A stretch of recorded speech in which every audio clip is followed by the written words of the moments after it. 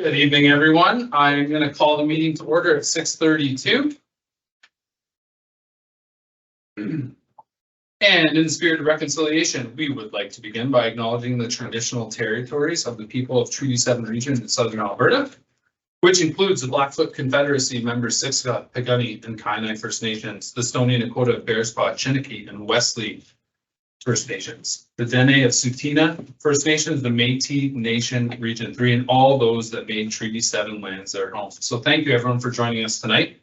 In the event of an emergency, whether that be a fire or a bathroom break, the bathrooms are right back here, and we'll direct you to the safest exit, which is right here. Pending a fire here, we'll probably go upstairs, but and a friendly reminder to have your phones on vibrate or silenced for the duration of the meeting, just so we don't have any distractions.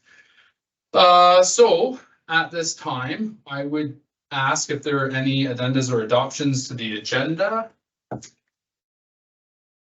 Okay, thank you very much, CAO Middleton. And I would ask for a motion to adopt Councillor Martin as presented. Thank you very much. All those in favor to adopt the agenda?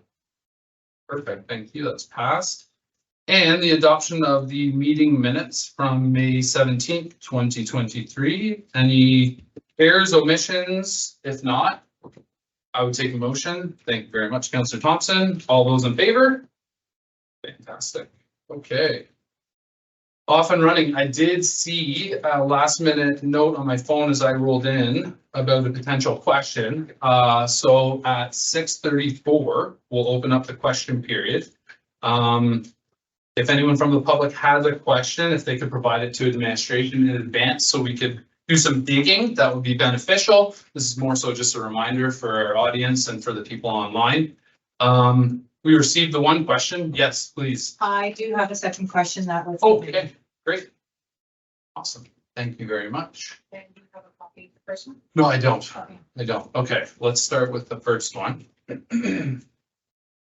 Okay, I'll read through this is a letter, just if I could, Verna, in terms of FOIP, do I read through name? Do I read everything on this? You can. Okay, cool. This is Jackie Cassidy, and she has the following question. Is Town Council, the Economic Development Committee, or the Planning Department actively considering allowing McDonald's fast food to come into the town of Diamond Valley business community? So that's the first question. I will read through the remainder of it. If so, where is the location being considered? As a resident of Diamond Valley, I'm not thrilled by gossip, rumors, or hearsay, and would appreciate a direct response from our governing representatives. Okay, we also don't like misinformation. I've got an answer here that I'll read right away. Planning and Development has not received an application for a McDonald's to date, June 7th. So if there are any conversations that are happening at the time, those are just conversations that are going on in the community. We've been hearing about McDonald's for a couple of years, like we have many fast food joints. And Jackie, hopefully that's a good enough answer for you. As soon as we receive an application, we'll be sure to let the public know. Is that enough for you? Absolutely. Okay, cool. We haven't heard anything. We've been hearing about it, but we haven't heard anything to date in terms of like MPC hasn't received anything and council hasn't received. That's all I wanted to know. Okay, cool. Thanks. I'm new to this whole thing, but I've been hearing all these rumors and I'm like, so obviously they've been around for a long time. Yeah, no, and we appreciate the questions. You know, certainly with there's a lot coming forward, so it's good to keep the misinformation down whenever we can. So appreciate the question. Question 2. Okay, let me just read through it here. Oh, okay. Is there an intersection control lights going to be at the 4-way stop in the area of Turner Valley? So I assume this is the 4-way beside the SO. Oh, this is from Jackie as well. Awesome, Jackie. Sorry, I didn't read the whole thing. Administration, I don't know anything about that. We do have Rod here and we also have administration. So if anyone would like, Rod, would you care to, any plans on an intersection with lights in Turner Valley?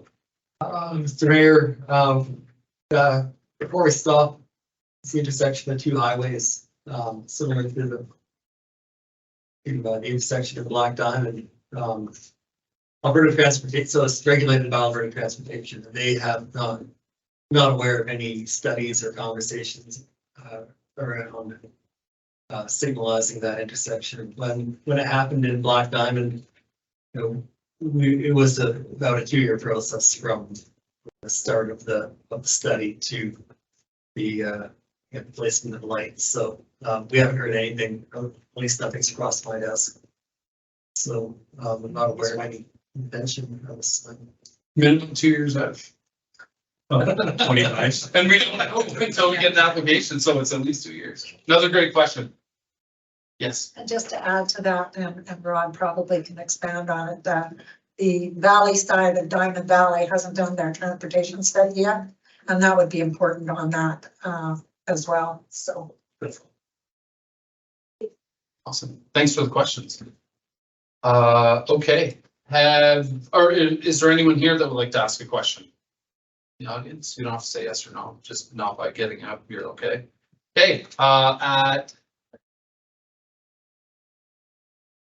another question. At 6:38, we will close the question period. And again, thank you for the questions. Okay, we have no hearings scheduled for today. However, we have 2 delegations. Just a friendly reminder for both our delegations, we try to keep them to a maximum of 15 minutes. Just to make sure that we can get through everything in a timely manner. So at the beginning of it, we're gonna welcome TC Energy. And I will pass the floor to you, and if you could please introduce yourself to us, that would be appreciated. Good evening to Deputy Mayor and Council and to administration for allowing the time this evening for us to present. My name is Cole Thompson. I'm with TC Energy as their manager of the community relations team, in charge of making sure that municipal relationships are stewarded appropriately on all of our projects and operations. I'm Chelsea Truth. I'm new to the team, so I'm here to observe. Speak, Chelsea. And I'm actually understanding the community relations advisor on the team. And I will say my colleague Teresa Sydenham is the lead on this project. She is currently on leave, so I am temporarily filling in for her, but hopefully in the future she will be back and resume lead on this project. We wish her all the best. Yeah. How are you, Paul? So with the presentation this evening, I will turn it over to Ashley, who's very good at delivering a crisp 15-minute letter. Lots of information, and we'll leave time for any questions that you may have for us. Perfect. Thank you. Yeah, so yeah, as we kind of covered, we are with TC Energy. As you're probably aware, there is a project ongoing. It's the West Path Delivery 2023 project. The purpose of the project is to add capacity and to get kind of more of our Canadian gas down throughout southern Alberta and into the US as well, in the western part of the US. So you can go to the next slide, please. Just as kind of a general overview of TC Energy, we do move 25% of North America's natural gas. So as you can see from the map, a lot of our assets are concentrated in Alberta, but we do have our Canadian mainline that spreads all the way into Eastern Canada and then down to the East Coast, as well as in the US down to Houston and into Mexico as well. And in addition to, oil and gas, pipelines are the foundation of our business and they continue to be an important part of it, but we are also moving a lot into kind of the renewable space. I know we talked about solar earlier, power cogeneration, hydrogen, kind of all that stuff as well. Go to the next one, please. So obviously specifically for of relevance to you, we do have our section. It is still named the Turner Valley section only because the names were set several years ago prior to the amalgamation. And then if you can go to the next slide, please. As I mentioned, it is part, there are 3 sections as part of the 2023 program. So there is the Turner Valley section, which is just about It starts about 3 kilometers kind of north of here, and then there is also the Longview section and the Lundbreck section. The project is regulated by the Canada Energy Regulator, which is a national advisory body. And we filed the application under section 183, and approval was received kind of at the end of last year. And so we did commence kind of really early clearing work in kind of February of this year, and then construction did officially kick off on June 1st. So as you probably see, the contractor yard just outside of town, they are still in the process of kind of mobilizing all of the equipment, but it did officially kick off last week. As I mentioned, so the Canada Energy Regulator, the CER, is the primary regulatory body on this project, but we are also regulated, as you can see, by a wide variety of other options, or of other regulators. A lot of that has to do with environment and ensuring that we're overseeing and meeting all of those commitments. And, we obviously want to be avoiding any negative effects to the environment and the community, and so making sure that we're meeting all of those commitments. We'll go to the next slide, please. So yes, I kind of touched on this earlier, but as I said, it is the start of the route is about 3 kilometers northwest of here. It is about 23 kilometers of 48-inch diameter pipeline. As I said, construction kicked off on June 1st. We're hoping that we would be finishing kind of October and then have an in-service target date of November 1st. Obviously, weather and stuff can impact it, both positively and negatively. So our target in-service date is November 1st, but we will see, I guess, how that goes. And then we would be hoping to complete all final cleanup and everything by the end of the year. So we would be demobilizing the yard, all of that, depending on what environmental remediation effects may happen. And given the weather, that may go into next year, but we'll see kind of how where we get on that. Go to the next slide, please. So this really just is to kind of give you a sense of our access strategies. As you can see, kind of in the bottom left corner there is the town. Kind of on the edge of town is our contractor yard, where we would have all of our contractors mobilizing. And then you can see kind of the route up on the top part of the map. We have been working with Foothills County on access, but all of the required third-party agreements, including road use, are in place at this time. So again, should there be any traffic disruptions, we'll continue to work with the county. I will inform you if that is necessary, but at this time, we're in pretty good shape. We kind of have everything as it needs to be for now, unless any problems do arise. The next one, please. So in terms of projected workforce curve, as you can see, we're kind of just where the bars are starting to go up, beginning of June. We are anticipating kind of end of July, beginning of August would be when we would peak with our workforce capacity. And that would be at about 680 people, give or take. We may have some inspectors on site that might add a little in the day, but for the most part, that's what we're anticipating. Then kind of at the end of summer, it'll really be tapering off. And then again, with our goal in service date of November, we would be out of here by, mid to end of November for sure. As with kind of everything we do have very high safety standards, and we do ask that all of our contractors adhere to all of those. So our contractor for this project, our prime contractor, is Midwest. And they are aware of all of our policies, and we try to exceed industry standards wherever possible, obviously at the very least meet them. And if there is any challenges, and again, we would work with the prime contractor, work with any local stakeholders such as yourselves to ensure that any challenges would be addressed, but we don't anticipate that happening. We have quite strict safety policies and procedures in place. Also kind of a part on the safety, but also just for environment, is that we do have an environmental protection plan for the area. Again, as I mentioned in an earlier slide, we are regulated by various environment agencies that will be coming and doing inspections to ensuring that, again, that we are meeting standards, hopefully surpassing them. For this area, we are monitoring and conducting migratory bird nest sweeps and would ensure that the proper authorities are brought in to relocate any nests should we find them or that be necessary. And then we are also conducting amphibian monitoring to relocate any amphibians that would be found in our workspace. And then on to kind of the more fun stuff perhaps is our social impact program, Build Strong. And so for that, we do various types of funding. There are grants for charities, nonprofits, that kind of municipalities as well. And then we have in-kind donations where possible. So if we have, resources that we no longer need, hopefully we can find an organization that that can use them, as well as scholarships. So our scholarships did unfortunately just close for this coming semester, the fall semester, I guess, a few weeks ago, but we do accept them at various points in the year. So on our website that we can be found there. For our 4 focus areas for our community giving, we do try and select organizations that promote resilient communities, have to do with safety, environment, or education, particularly STEM related or trades related education.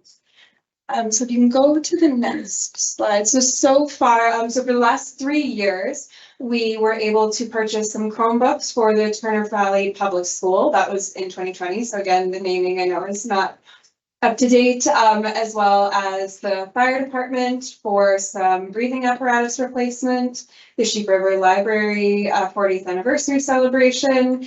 And then at the beginning of this year, we were able to donate to the Diamond Valley Fire Department to support their purchase of some heavy rescue tools. So we're very excited to be able to work with the fire department and be partners in safety for the community for that. I gave my card to Hazel Martin, and I'm more than happy to give it to anybody else if you'd like to discuss any potential community investment opportunities going forward as well. We're always open to having those conversations with communities and seeing kind of where we can benefit if we're in your yard. So we want to make sure that we're being good neighbors as well. And yes, if you do have any questions, you can contact our community relations department. There's our email and phone number, and then also on our website, if you go to tcenergy.com and look up Westpath or Westpath Delivery or even Diamond Valley, any of those, then all of our information and mapping for the program would be available. Or again, I'm more than happy to discuss this with any of you should you have any questions. Which on that note does bring us to the end of our presentation. So thank you so much for your time, and if you do have questions, I'm happy to take them. Great. Okay. Hazel, or Councilor Martin, no. Sorry. I have 2 questions. And my first one is, have you been successful in finding local Diamond Valley tradespeople, laborers, and vendors for this project? Actually, yes, so we were working with Midwest during our construction kickoff to encourage the use of the information that we've been collecting on the businesses in the local area who would be able to support our project through construction with the various services and offerings that they have. So we have a vendor registration site on tcenergy.com that we've been gathering information on for a couple of years now in advance of this project, to be able to pass forward to our prime contractor for consideration and usage. When we conduct the project, we are also required by the Canada Energy Regulator to capture our local spend and to report on it at the end of construction. So one of the things we will be able to provide council with at the end of our construction season is a summary of what was done locally with businesses, not to the level of like naming the business and the contract value, but we would be able to aggregate that information and provide you with an overview. So how big of a business area? Do you say like a 20-kilometer area or? We don't necessarily set like a specific radius per se. What we look at is how people would access the community, what communities are nearby, and which ones may be impacted, because we have a linear footprint. We cast a fairly broad net, and so we look more at the roadways and the different communities that are closest based on access points. So does that also involve our Indigenous community as well? Absolutely. We have a dedicated team for Indigenous business engagement that work well in advance with our Indigenous partners and community-owned businesses, band-owned businesses, to not only understand their service offerings, but also to, in many ways, assist with capacity building well in advance of projects. So that there are those opportunities opened up with less barriers to participation. And how about finding local tradespeople? In terms of hiring and Yeah. local procurement, Midwest has been doing an excellent job of trying to understand the local labor pool and labor force.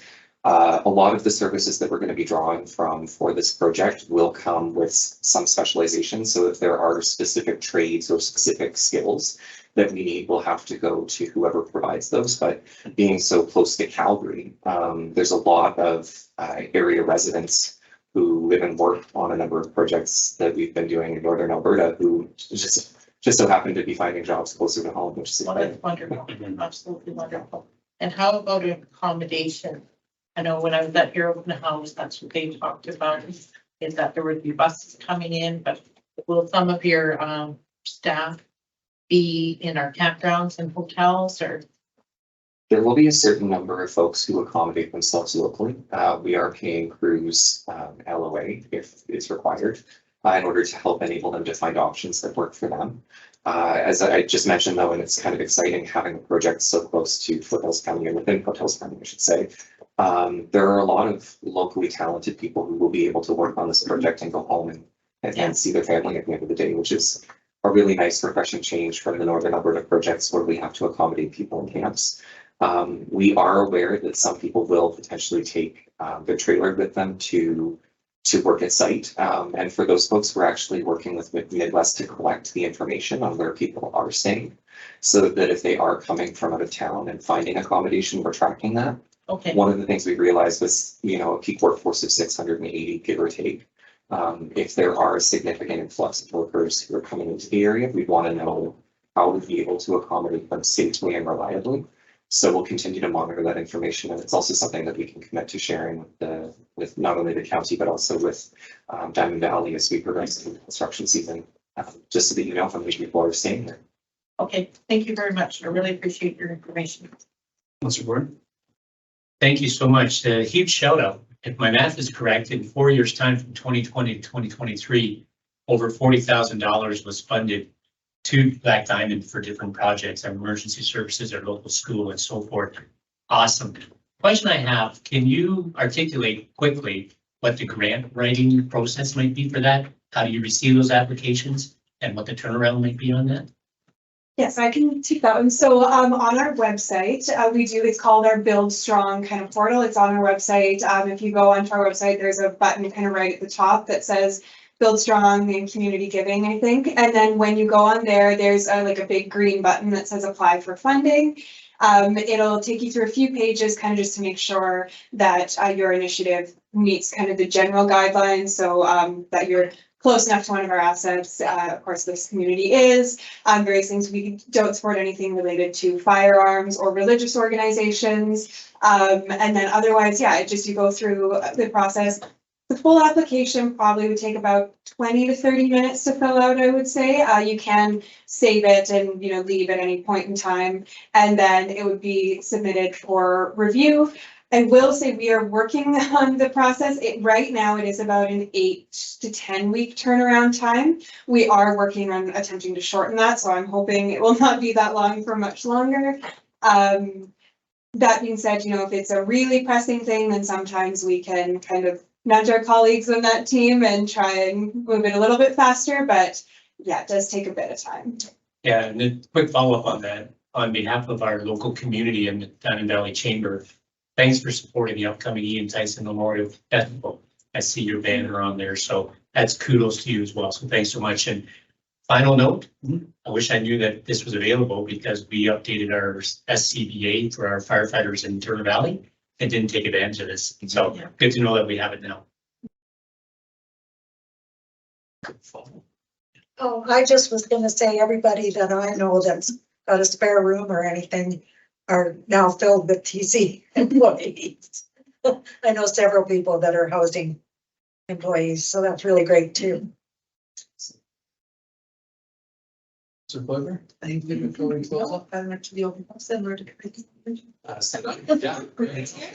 Yeah, a few of us, Councillor Martin, myself, Hoiber, a few of us attended. Yeah, again, just to reiterate, thanks for investing in the community. Really looking forward to working with you guys moving forward. I work out in Eden Valley, so it's good to hear about the Indigenous connection there. I really enjoy hearing about that. The Longview campground's filling up. There's no cars there, so I assume I know what those trailers are there for. They're holding those spots, so that's great. If there's no further questions, thanks for coming in.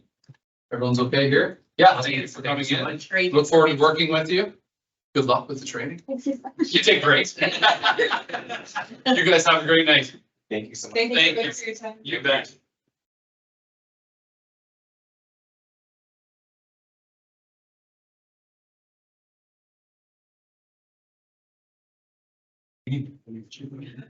You are correct with Lisa. Lisa. Lisa Deck was amazing. Yep. Yeah, she's the one that we've been talking to. Thank you. So, yeah. Okay, at this time, our Economic Development Advisory Committee. Come on up. Please and thank you.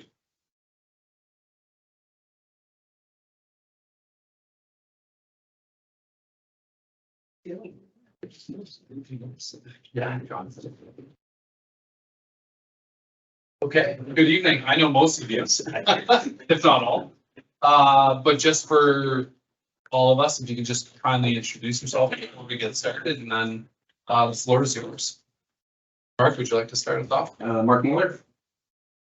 Not like so. Amy Bates. Dave Karen. Good to see you guys. Go, please go ahead. Okay. Nervous. No. The day to random strangers and you'll be fine. Okay, if you just want to scroll down, that'd be awesome. Thank you.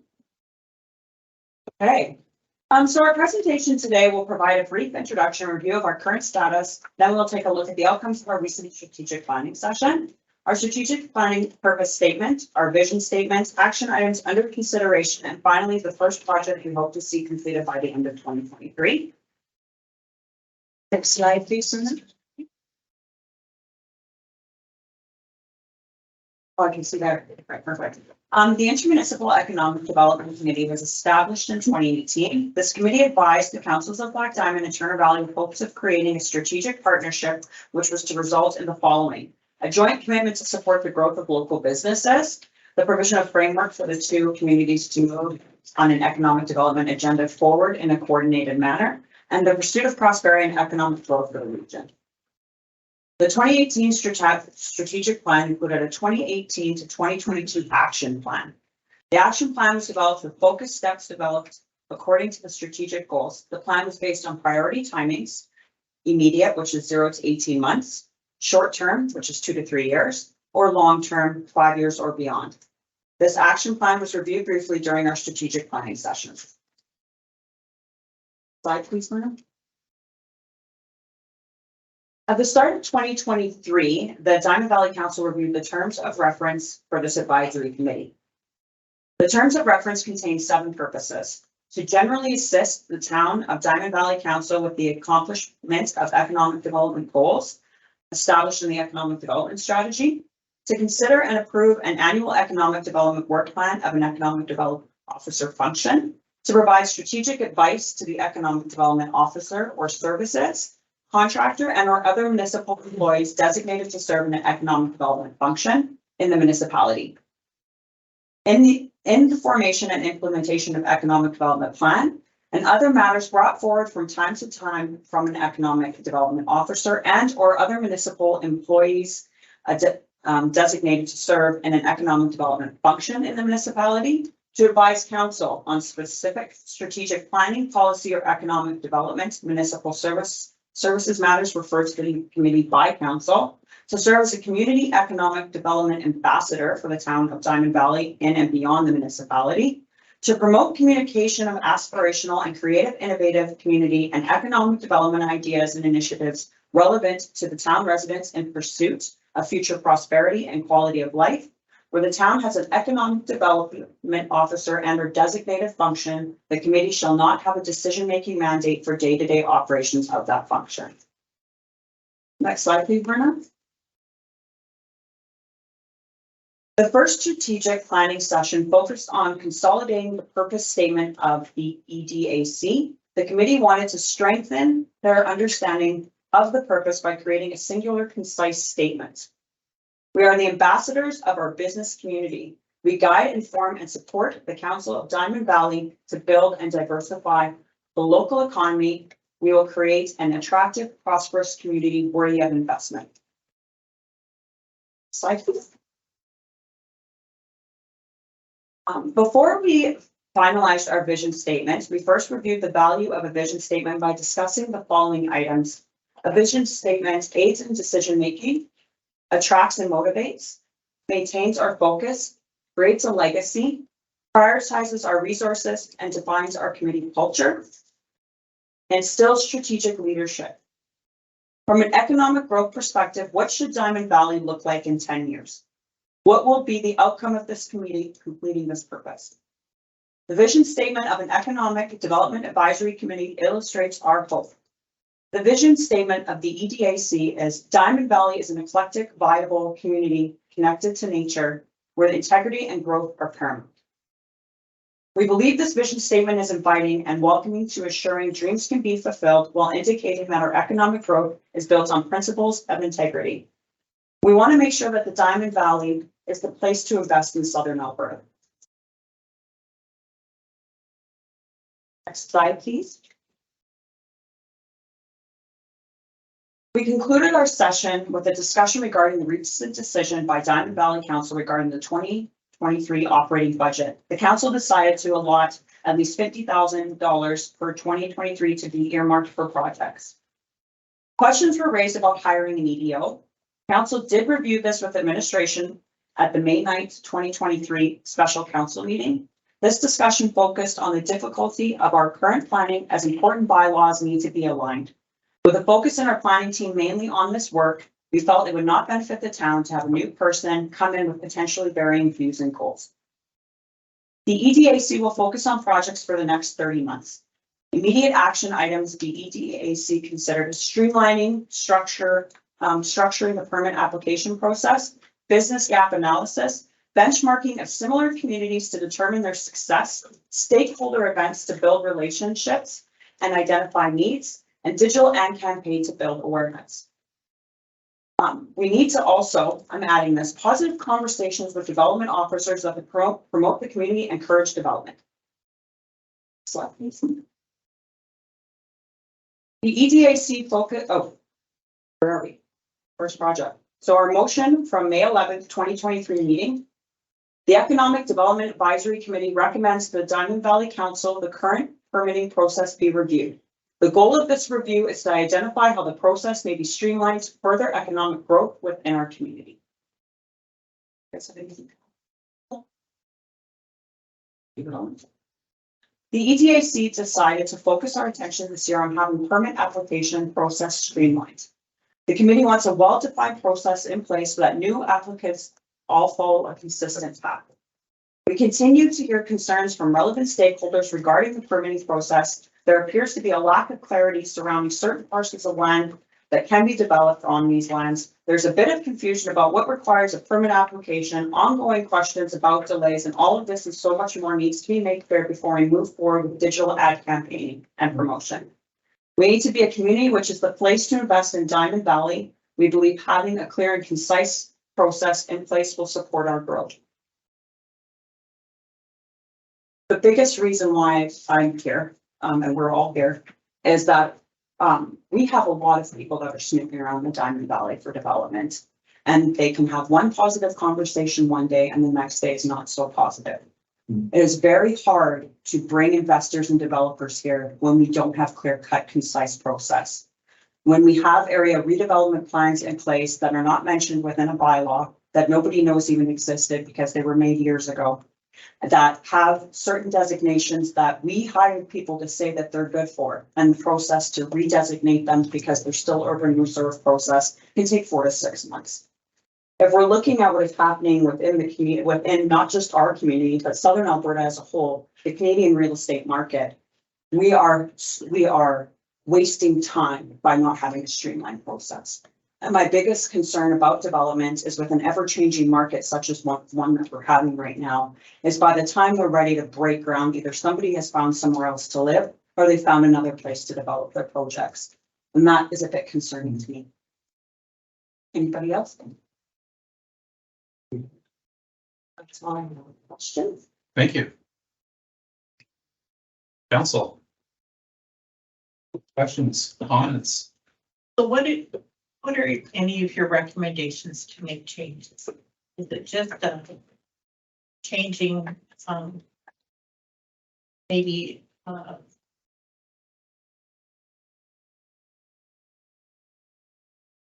do you say this?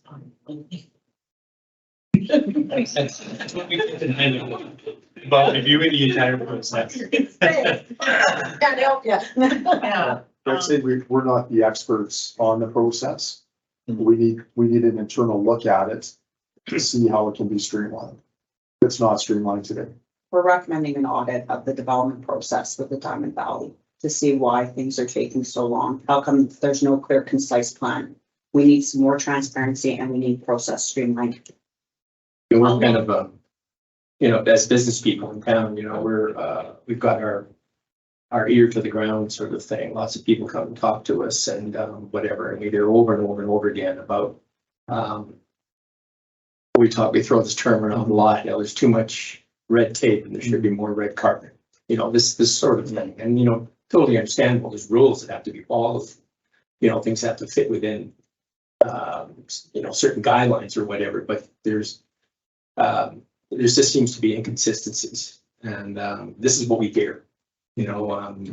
Is it because we are a new amalgamated community? I don't think so. I think it's been going on for a while. Okay, pre-January 1st, this sort of thing. Because I know we've been this whole term of less red tape, more red carpet. We've been talking about this for years in our committee. It just doesn't seem to be going anywhere. It doesn't seem to be improving. These aren't things that have come up in the last 6 months. No. Right. No, this is an old problem. Right. And unfortunately, Black Diamond Turn Valley, the Diamond Valley has sort of developed somewhat of a reputation for that. And I remember having a meeting pre-COVID and those exact words were said, and scaring away potential investment. And like somebody, I think Matt said, we're not the experts. I don't know how to fix it, but We're almost like the consumer facing of it though. You see and you hear that from people that are trying to go through the process and the goalposts aren't clear and they move. So I think that's really, if we could do a review and make sure that consistency is there, then people know what the playing field is and they will invest, right? They'll come in, but I don't think we've improved our reputation on red tape over the last year or two, despite what our intentions are. Most communities have done their land use bylaws. Does that kind of help you at all, or there's a little bit of slight difference with the land use bylaws for like what can be built in one, maybe in one community cannot be built in the next one? I think and honestly, to that point, I think that we should have a streamlined bylaw process for Diamond Valley as a whole, for one. I think there also needs to be acknowledgement of the area redevelopment plans because we have a few of them. And I guess this is just my thoughts, but if we're spending all this money on area redevelopment plans to state that this is what the land should be designated for, then why are we putting everybody through the ringer to redesignate those parcels? Why are we spending that kind of money if we're going to put them through that anyway? And then it isn't clear and concise.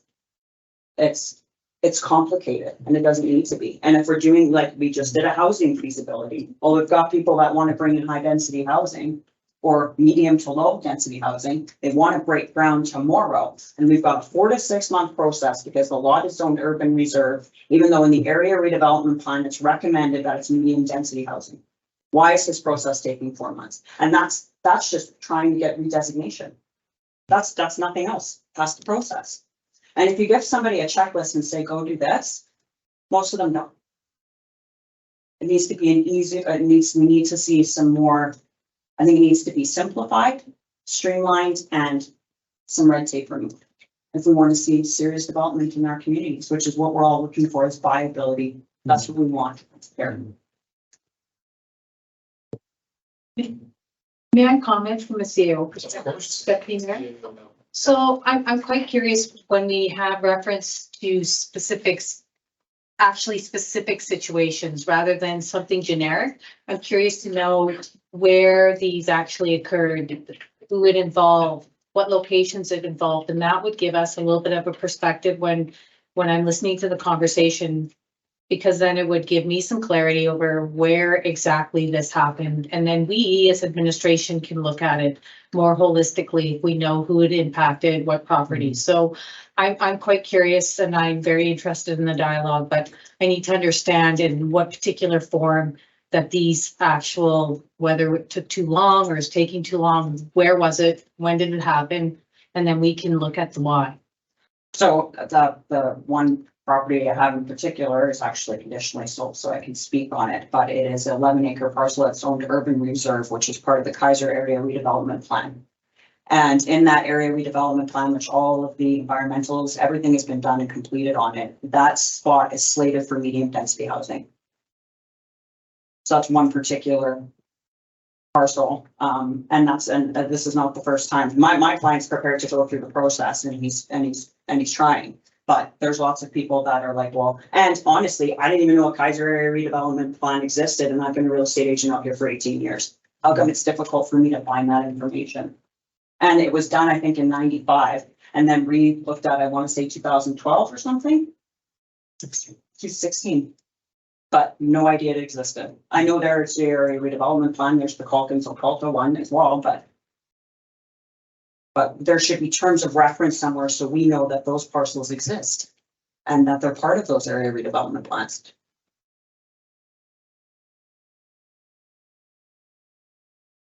That should open your GIS. Well, ask the question. Yeah.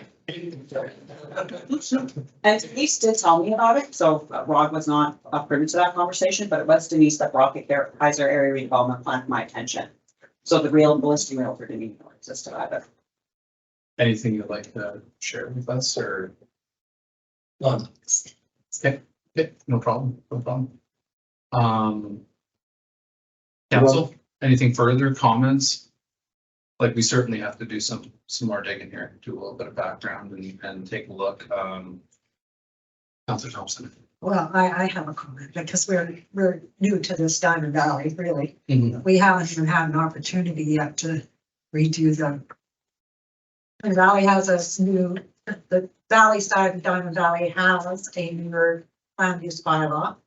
Haven't had the opportunity to bring them together yet. We need a municipal development plan. There's all sorts of plans that need to be redone, and that's coming.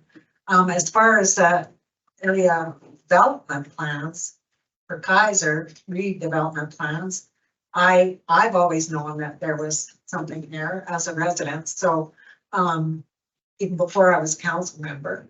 So I think it just depends on who you're phoning and who you're talking to. But I think that it's going to processes and efficiencies will be found, but we need the time to do it as Diamond Valley. It's not going to happen overnight. You know, I've said when I was running that it's going to take 5 years for this to all level out and we get processes and efficiencies found. I'm hoping it doesn't take that long to get land use plans brought together, et cetera. But that is in our strategic plan to move forward with those kind of things. So I'm disappointed to hear some of this, but do know that this council is dedicated to finding those efficiencies and moving forward with proper developments and inviting people to town, to Diamond Valley. That is one reason we are now in Diamond Valley. And so I'm fortunate that you're hearing this and that your business is going to do this, but just give us some time. And What I'd say on the time, like, you know, many of us, with the exception of me, have been on this committee for 4 years now, pretty much, right? And, you know, people from the community depend on us to make changes, make it more friendly. Yeah. And, you know, I don't think we're there. And, you know, I sit on multiple committees, I probably overpromise and, you know, overcommit and underpromise or whatever it is.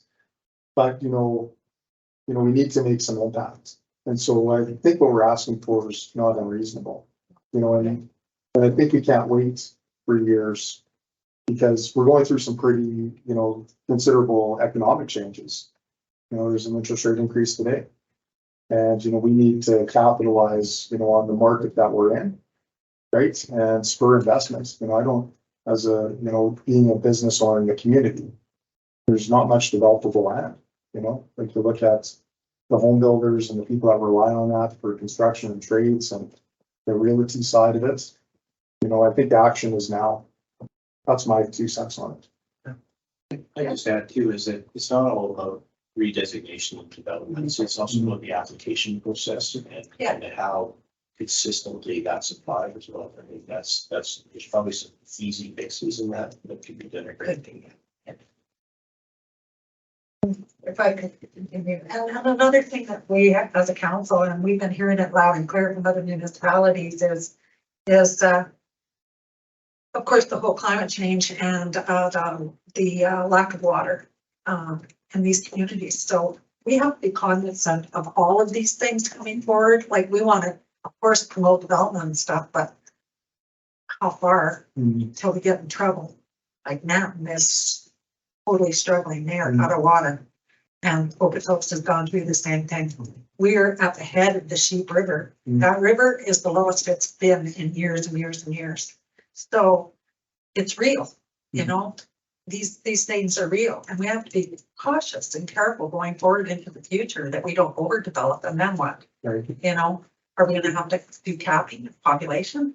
So these plans are gonna be very important going into the future and they have to be done and processes need to be looked at. I totally agree, but they all take time. And unfortunately, that's the way it is in local governments and even provincial governments and stuff, but we'll do our best. I know that this council is very dedicated to moving this community forward. So. Well, I don't know if this is a question. This is a thank you for coming. Thank you for being candid with this council. Thank you for your honesty. Thank you for the 4 years you have committed to being part of this committee. Yeah, but the last thing I want is to have you sit there 4 more years before something gets done. I'm also a member of this committee. I don't want to sit through that either. Yeah, what would you like to see from council? Like, you're gonna go away, you're gonna have your next meeting. Where do you go from here?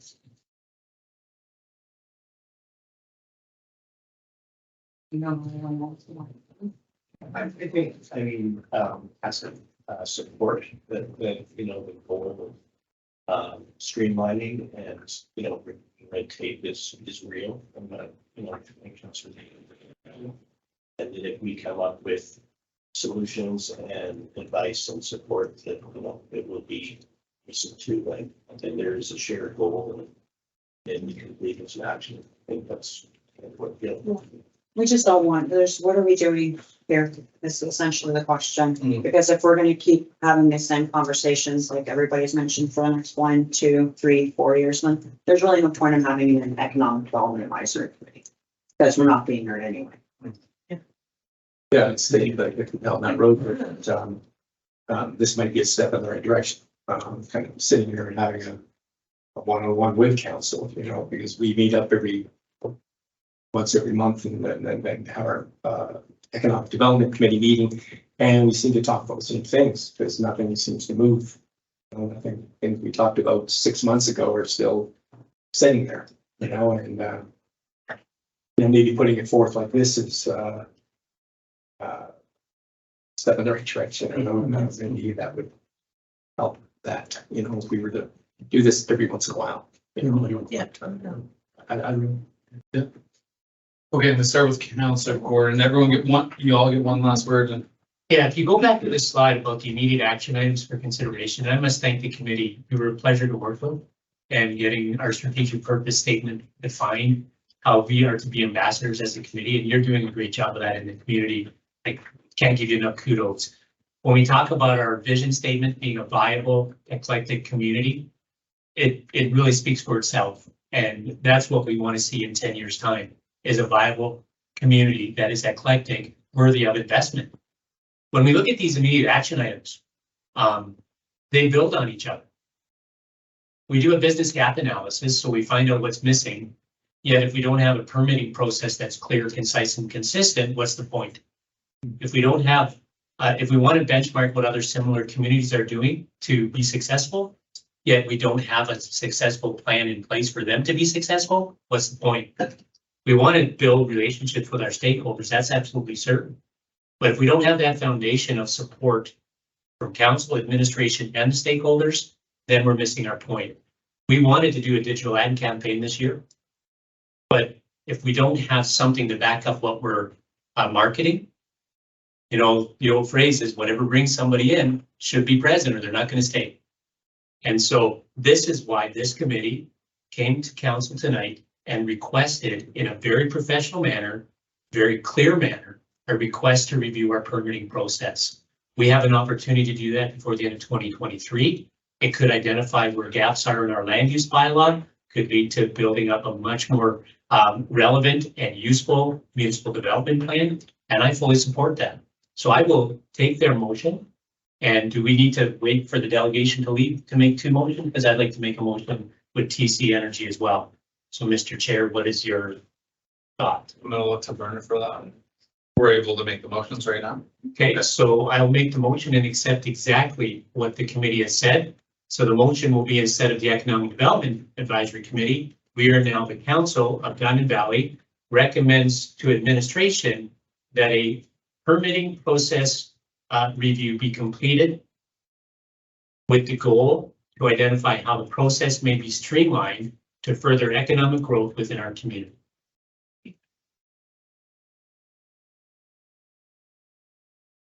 I would love that to be completed by the end of August.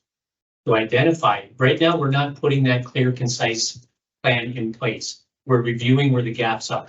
We're reviewing where the needs are. If we can do that by the end of August, I'll defer to our CAO, who knows her administration capabilities at the current time. Well, if I may address through the chair, Please do. Councillor Gordon, that may be somewhat challenging as we are going to have some transition going on. So I am not sure at this time I can comment, but I would like the opportunity to meet with our manager of planning and determine whether it's something that's feasible or not. Yeah, I'll make if I can make it as a suggestion with a proposed end date of the second council meeting in September.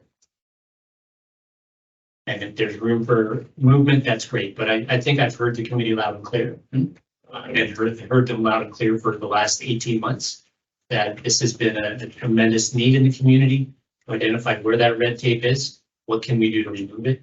What can we do to make it a place where people want to come and invest? So I'll stick with that motion as is.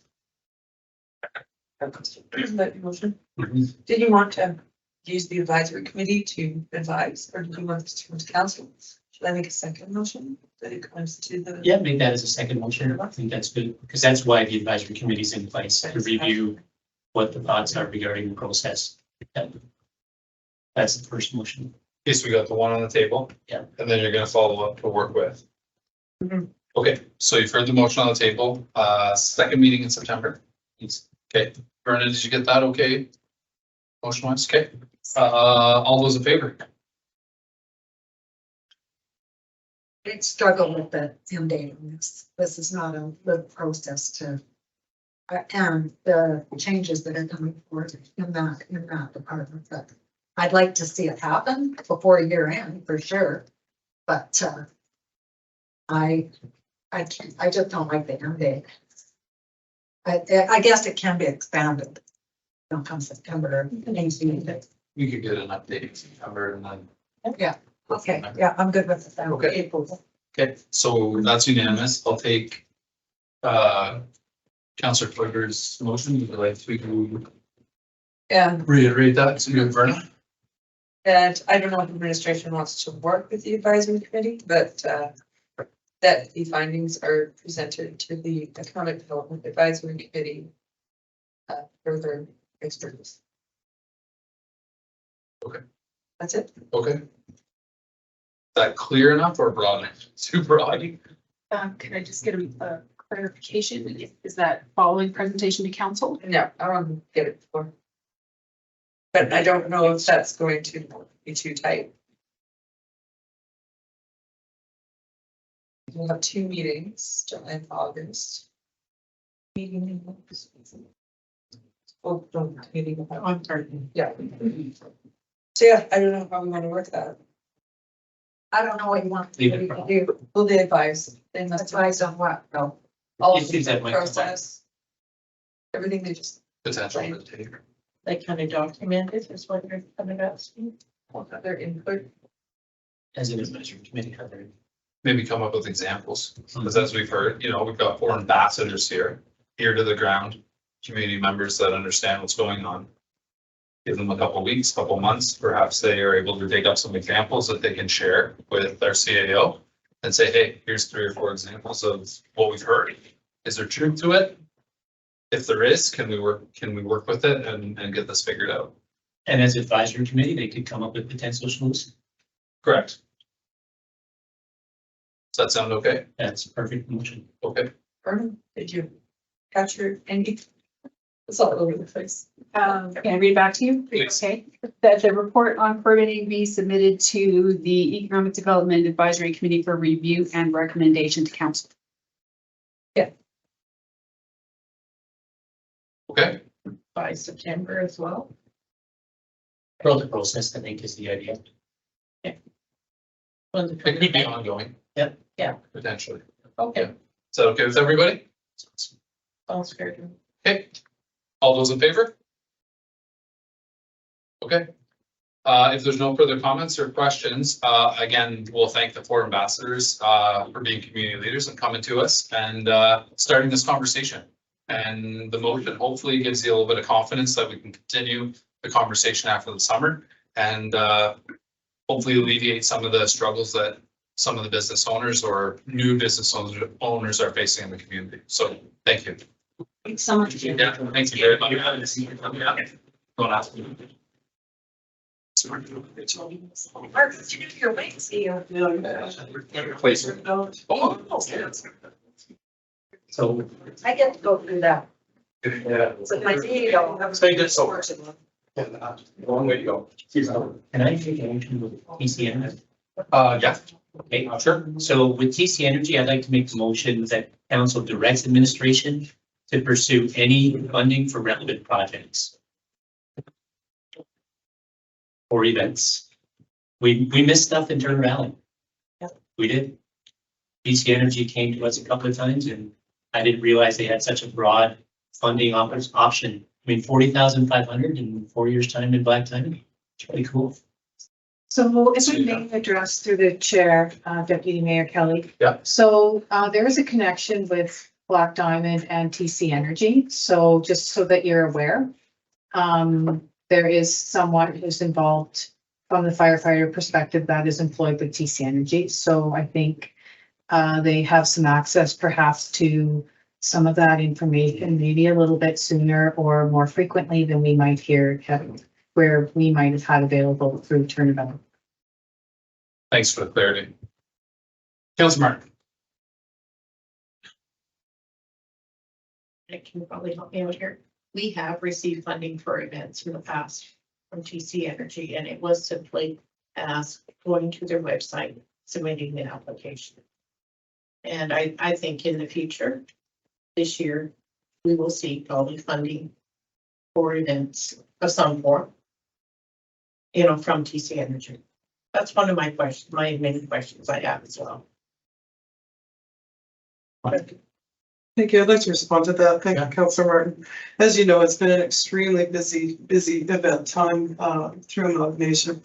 When the guidelines were looked at, it wasn't really fitting the criteria of just supporting the marketing of a community event. That doesn't mean that they would not have, but it meant that we had to build some of those relationships and connect with the right person. It wasn't really just the standard, fill out and press. In the past, In fact, that's exactly what happened when we provided them with the naming rights.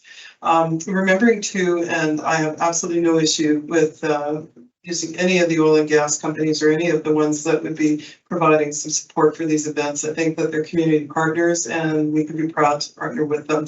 However, I would ask just for some consideration and patience when it came to the amount of work that had to go into this event with 2 months to be able to plan it. There was no time to be able to look at that prior.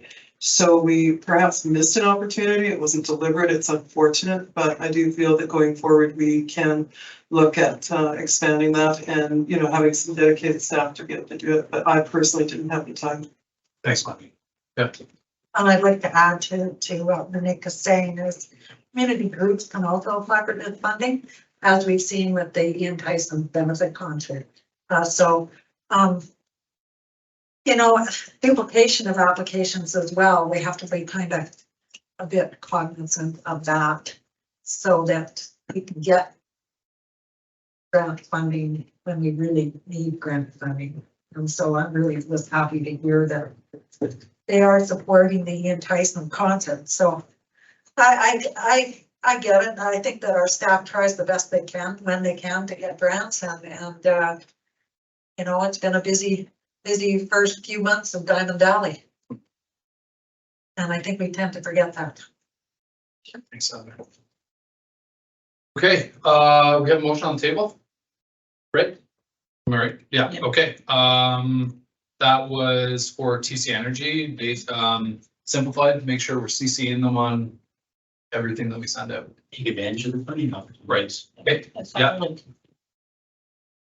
Okay, you heard the motion. All those in favor? And all those opposed? Okay, thank you. Okay, let's move on down to bylaws and policies. Fantastic, we got the delegations behind us. We did okay. So let's start cruising. We have 7.1, which is bylaw 2023-25, 2023 tax rates bylaw. This one is coming back to us, I believe. No, just coming to us for the first time, sorry. Oh, right, it's because we approved. Correct, okay. I'm not sure if admin wants to speak to it or if it's all right here and we can throw out some questions if we have any. It's all right here. It's pretty plain as day. Just a follow up, right? Yeah, yeah. So if we don't want to waste time rehashing everything, it's all right there. Counts. Sure, of course. Bill rates that were presented during budget, they seem lower. I can't remember. I went to go back and look and then I forgot. To answer your question, Councillor Thompson through the chair, yes, these are the rates that we had agreed upon and the dollar value for tax that we needed to collect in order to balance our budget. So there is really very little new information here. You know, that's actually a good point because the residential one, like your proposed option, if I may through the chair, option 1, it was 705,295 and this is 705,156. So to answer your question through the chair, there just may have been some small modifications because when we presented the final budget, we may not have had all of the assessment changes. Gotcha. Cool. Okay, thank you. Okay, someone want to give me a motion? Councillor Thompson, and I'll come to Councillor. Council give first reading to 2023 tax rate bylaw. Perfect, thank you. 23-25. Okay, you heard it here first. Questions, comments, all those in favor? Question. Okay. Yes, please. When will the tax notices be mailed out? So to answer your question through the chair, Councillor Martin, as soon as we can get this done. We do have people, residents that are phoning and inquiring. So as soon as we can get the bylaw completed, it gives us plenty of time to meet the mandate that's required under the MGA. Okay. I do have a question, and I kind of addressed it with you earlier, Green. The tax penalty will be outlined in the tax bill, but which tax penalty bylaw will we be referring to? When do taxes have to be paid? So through the chair, I went through the bylaw and we actually have the tax penalties in this bylaw. Oh, okay. August 15th. So, what we have done and, Lisa and certainly Verna did a lot of work on developing this new bylaw, which we believe is a bit more robust and a little bit easier to understand. And it has included in there the tax penalty. Yeah, I just saw that. Cause I was flipping through too. I'm like, yeah, I thought we had it in there. So, Yeah, sorry, I missed that, totally missed that. My apologies. Okay, Councillor Martin. So has that changed, Corinne? Because it used to be like if the bills were due on, say, July 15th, then the penalty applied on July 16th. So now you're saying August 15th? so to address your question, it references August 16th as the day the penalty will be enforced. Right. So would the tax bills come out July 15th and then they're due August 15th? Through the chair, Councillor Martin, they will likely come out much quicker than July 15th. We are required to provide 30 days, but as soon as the bylaw is passed and we have the, it has been approved, we will issue those tax bills. So it's gonna be like standard, August 16th is when the penalty is. Yes. And so if the due date is July 15th, people kind of get a 30-day grace. So through the chair, the due date is August 15th. So keep in mind that previously how it worked was the town of Turner Valley's taxes were due on July 15th and the town of Black Diamonds were due September. So what we have determined is we've kind of come to a little bit of a common ground here and we've moved it a little bit in the middle. Okay. Sounds good. Okay. Final question, Councillor Clover. Yes, so it was really last year or possibly the year before. There's no mechanism to prompt people to pay their taxes if they are late. And sometimes they get a little annoyed by that because they aren't reminded. It's in the MGA that you don't have to, in the town, you don't have to remind people. But did you want to put in this tax bylaw that you will be reminded on the 31st of December, or you won't be reminded until the following year that your taxes are in arrears? So to address your question, Councillor Claver, through the chair, we do generally, especially at the end of the year, we'll send out a reminder notification to those residents that are in arrears. So we do that anyway. We are not required to have that in the bylaw. And we can through, if we have a utility billing through that time frame, we can notify residents again and put maybe just a reminder, or we can put it on our board or through a number of media outlets, we can post that taxes are due. So if you haven't paid your taxes, they're due on the 15th. So we can certainly do that as a courtesy to residents. Okay. Can you give me a second reading? Yes. We voted on the first one, I believe. We did. No, Hazel Andrews. Hazel had a question, so Okay. I think I have to vote. Okay, well, let's go back to the first. Who gave us that one? Hazel. Okay. Heather.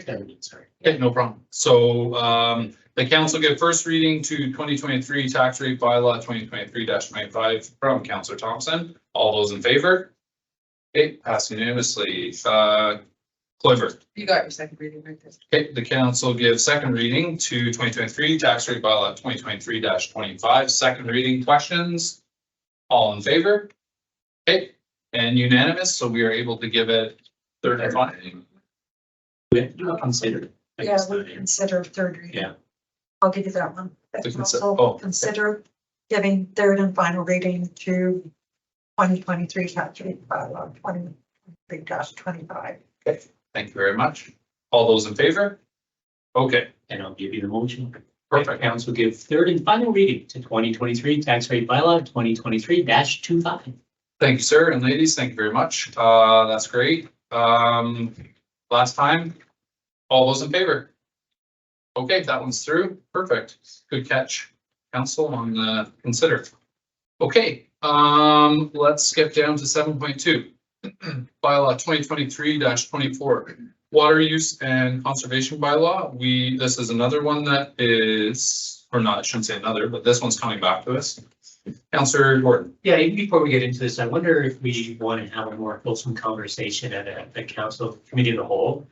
Picking up on what Ms. Thompson has said about what we heard at our regional dinner recently. Mosquito Creek in Nanton dries up. Their aquifer is empty. They're in talks with High River to see what they can do for their water needs. Okotoks continually has water issues. And so we committed as a regional group of elected officials to have a more fulsome conversation about an effective water conversation or conservation bylaw that mirrors the other communities around us. So I'm just wondering what the appetite is for us to do that.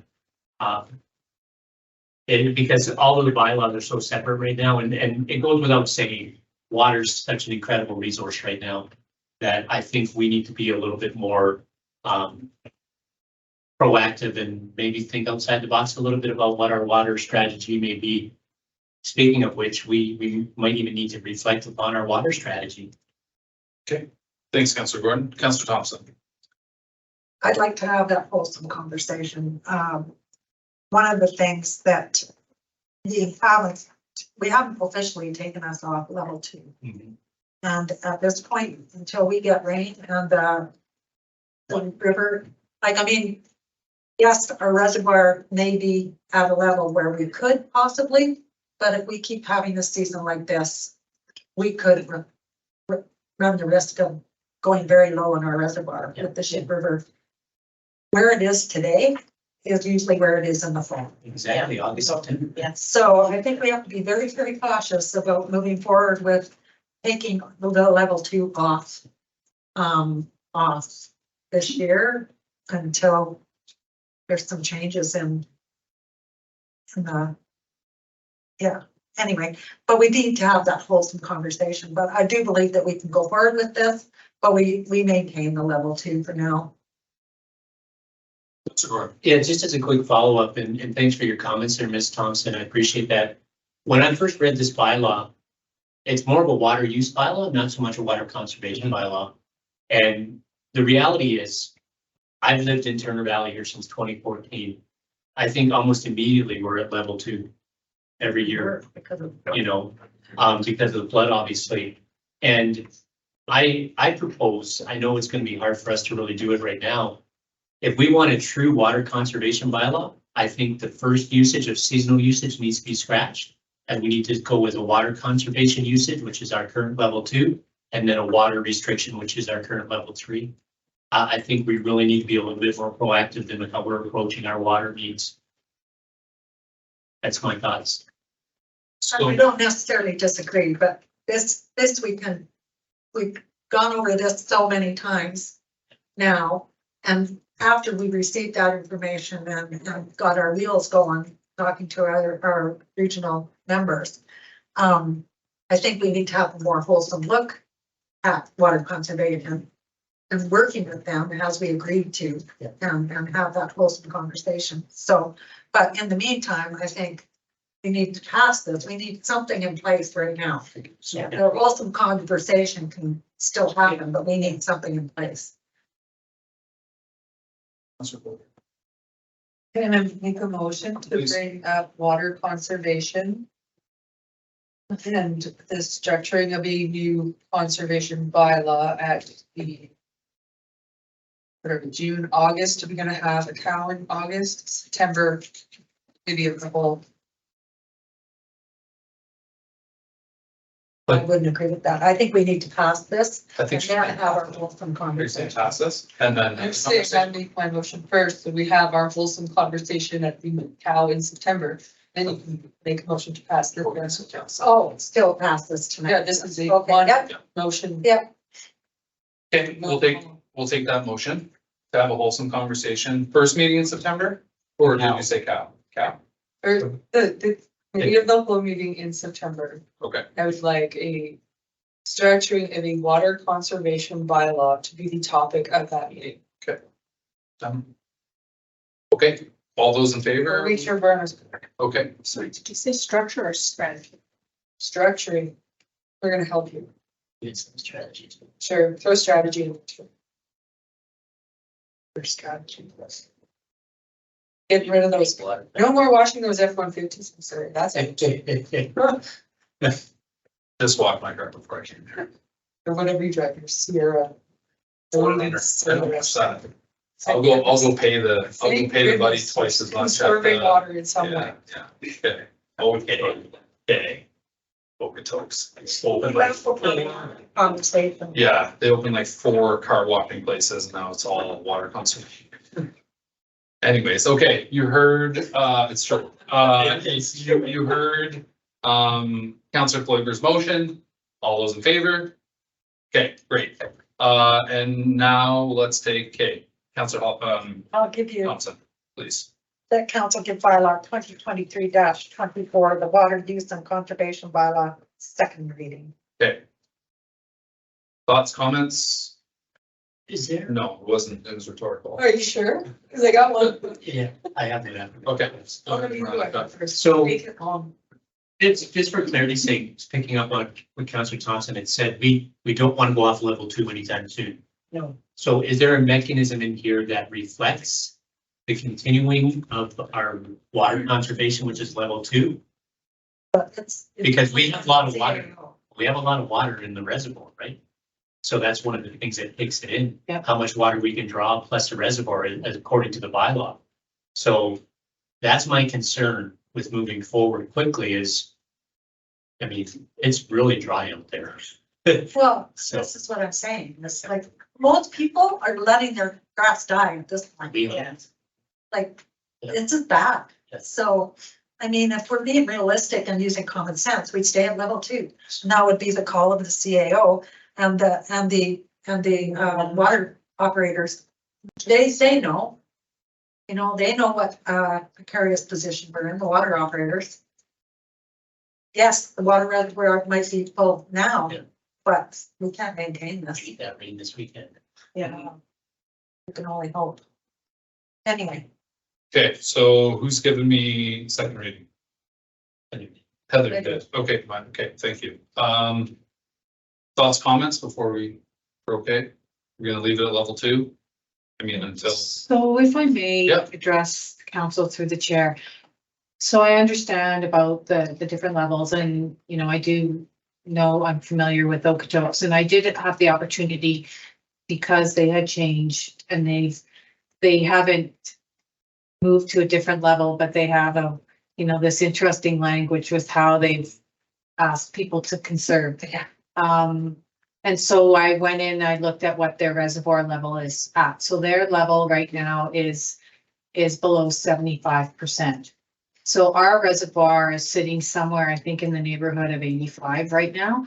And their language is based on their reservoir levels, is how they are defining the level of how we conserve. So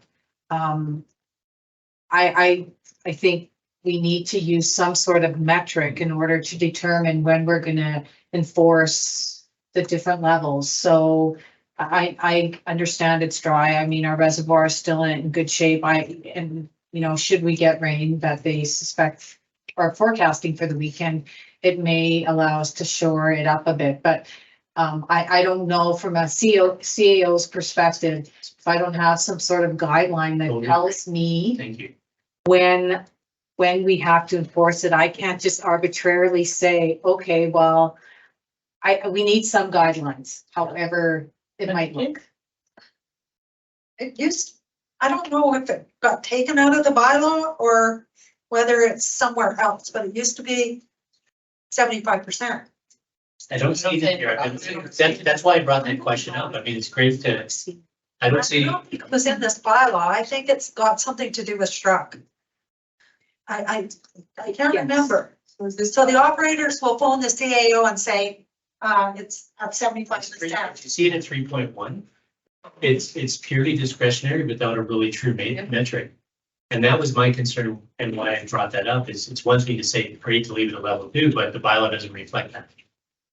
Because yeah, it's discretionary on the CAO who consults with Struck. and senior management, such as our director of emergency management, our fire chief and our senior management team, I think we need a much more fixed metric. Well, there is a fixed metric because water operators will own the CAO and say, we're at 75%. But it doesn't They take have that in to. the bylaw. That's the issue. I don't know. They do because you're consulting with your, per the bylaw, you're consulting with your operators The and your expertise. fire, et cetera. Like, I mean,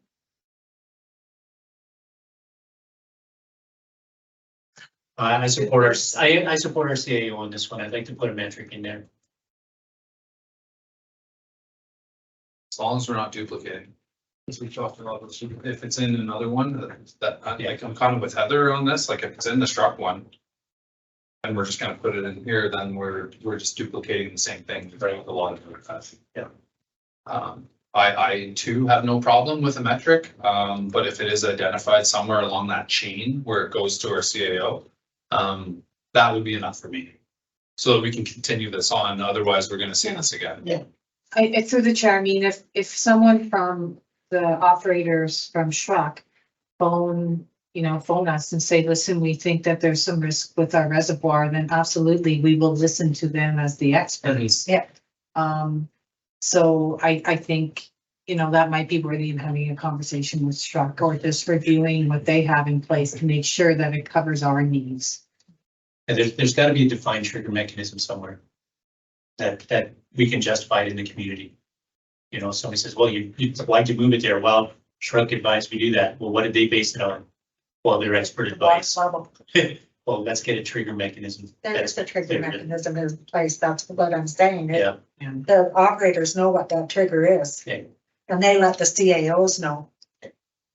Or if there's a misfunction with equipment or everything, they let the CAOs know, or if there is an emergency.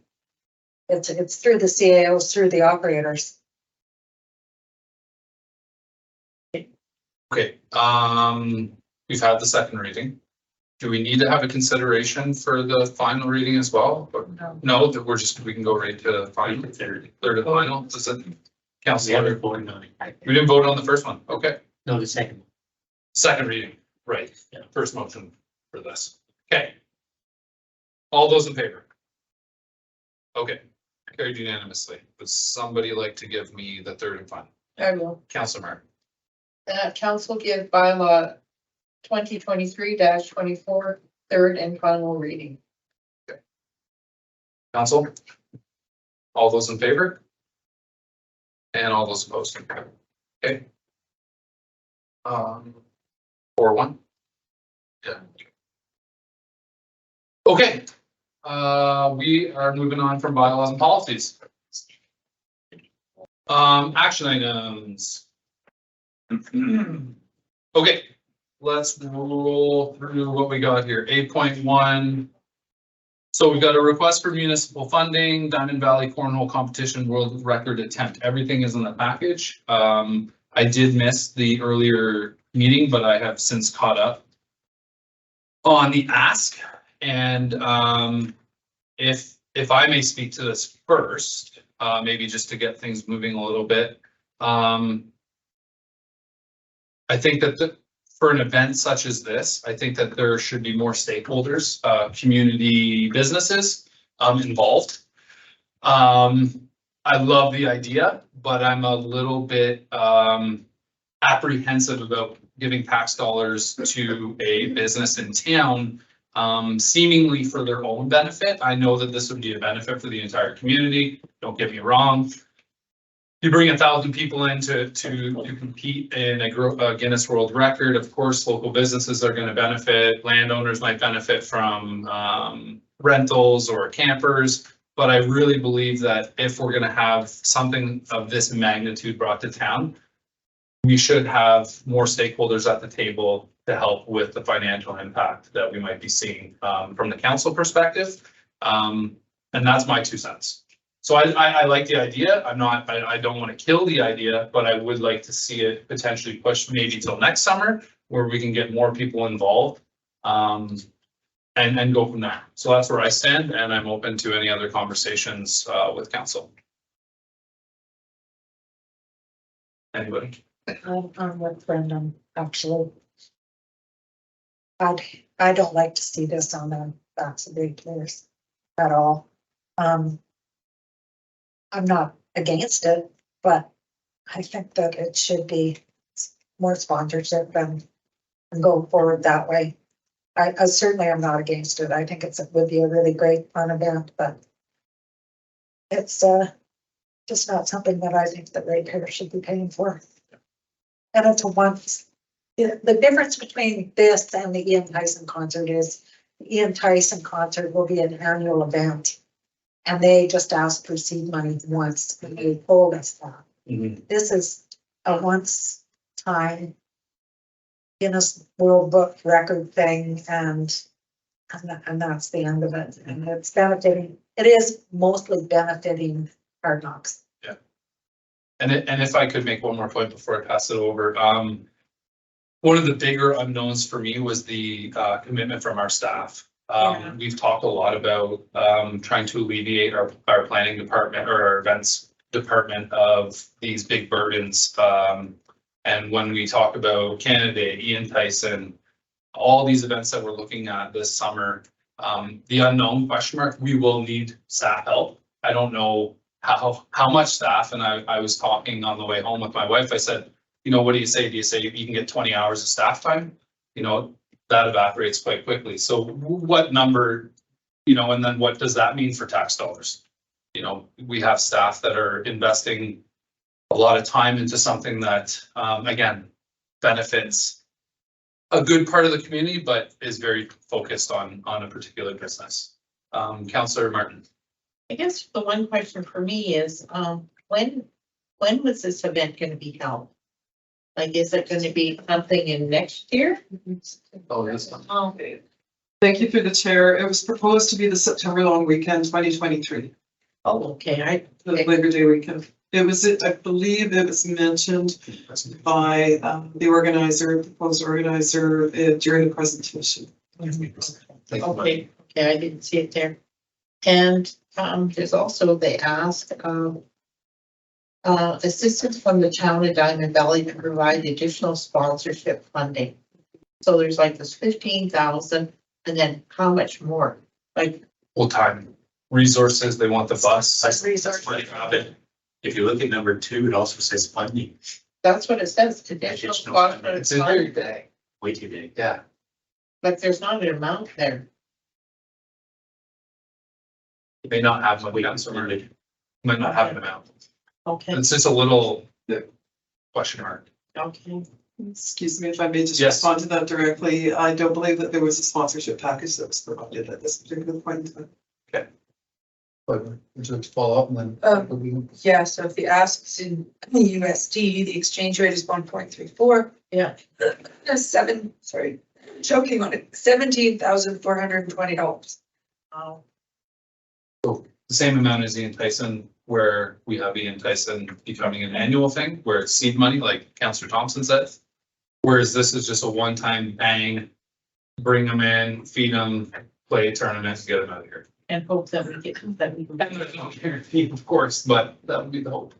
Yeah, Councillor Gordon. Yeah, I agree with what council has said to this point in time. I don't see any comparison with the event that we're sponsoring for the chamber to run at the end of September, right? Or pardon me, the end of July. This one is 18 plus legal drinking age above. Ian Tyson has family day events. It's much more community centric than this seems to be, in my opinion. One other concern I have here is the length and time in which this is going to be promoted. There's only 2 cornhole associations in Alberta. So you've got to really recruit people from across Canada. And I don't know about anybody else around the table here, but if you're planning to travel from across Canada, you've already got that planned. You've got your vacation time already planned, likely booked. So I think this is a stretch to really get this done this year. If I were to have a chat with Pam, I would encourage her to do something on a smaller scale, kind of test the water, so to speak, about what the interest is locally in Alberta. And then if there's something moving forward, I understand she needs a municipality to submit the application for Guinness to get interested in there. But then we may come into an agreement that whatever fees that she raises, gets reimbursed to the town, you Bob, your uncle, and the application's done. I don't see any of that in here. And so because of that, I can't support this request. So I know we have to make a positive motion. So I'll make the motion that council, I guess we could provide alternate support, but it needs to be a positive motion that we defeat, correct? Is that the best way to go? Okay, so I'll make motion to, and then I'll speak about it. The council supports sponsorship of the Guinness World Record attempt cornhole competition, the amount of 7,500 or equal to 50% of license fees, conditional on Hard Nuts Brewery being the lead fiscal agent and paying licensing fees prior to deadline. So to speak to that really quickly, I appreciate Ms. Lyken's work in the community, hoping to get some focus on our town, but I don't believe this is the right opportunity for our council to proceed. So therefore, I against the motion. And just, I may be the final word here. I did want to bring one thing up because we talked about it a lot since amalgamating, and it's not new. It's volunteers. And so to your point, talking about interest, we need to gauge interest. Yeah. Instead of throwing money at some of these events where maybe people aren't that interested. Like maybe we don't have 1,000 people that want to travel here because the record right now is 750. Yeah. Where do you say? If we're using taxpayers' dollars to do this, private business aside, and no one shows up, what are we doing? Yeah. You know, we haven't heard from I haven't heard anyone come in, and we've heard briefly about pickleball being an option in the curling rink, and that was just a snip. We haven't heard anyone come in and talk about a dedicated cornhole area. Yeah. So I think we really need to do a little bit of work on that before we start saying, hey, you know, events, can you please plan this 1,000+ people? But we don't really know how many people are gonna come. I find that really tough to swallow that. So, yeah, gauge it. Maybe we get 300-400 this summer. Yeah. And then we open it up next year and we say, hey, Canada, come on in, Yeah. fly on in, because I like that point too. My summer plans are made. I'm already looking at Christmas. Exactly. You know, and that's no joke. So, yeah, you heard Councillor Gordon's motion. Positive motion. All those in favor? And all those opposed? Okay, motion is defeated. Okay, 8.2.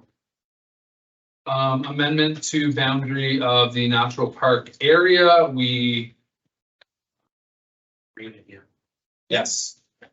Yeah, so it's all in there. I think just like you said, test the water and then come back. Sorry, I gotta get through all this presentation here. Okay. Okay. Mr. Roberts, are you here for this one or? I am here. Okay, perfect. Well, let's maybe get you out of here. There's nothing after this. Would you like to speak to it or is it all, I mean, I read through it today. It seems pretty, Straightforward. Yeah. yeah. Yeah, Mr. Mayor, or Deputy Mayor, I'll answer any questions. I think it's pretty self-explanatory. Thank you very much. Perfect. Okay. I just have a comment before the motion is made. I really want to give kudos. I'm not sure who they belong to in our staff working so closely with Western Sky. That might be your planning team, but having a designated area is really awesome.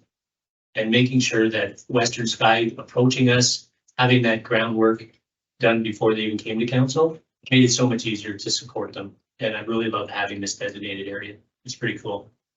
So kudos to admin for getting that done. Thanks for the comments, Councilor Gordon. Anything else? Or I will take a motion at the same time if anyone else would like to speak to it. Councilor Martin, I'll give you that motion. please do.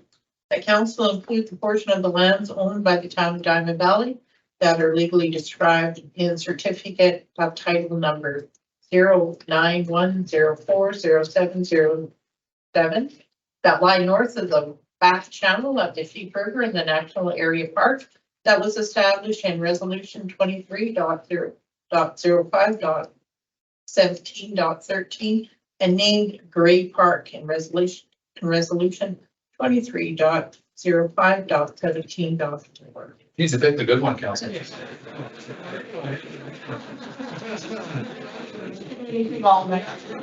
And now you're done.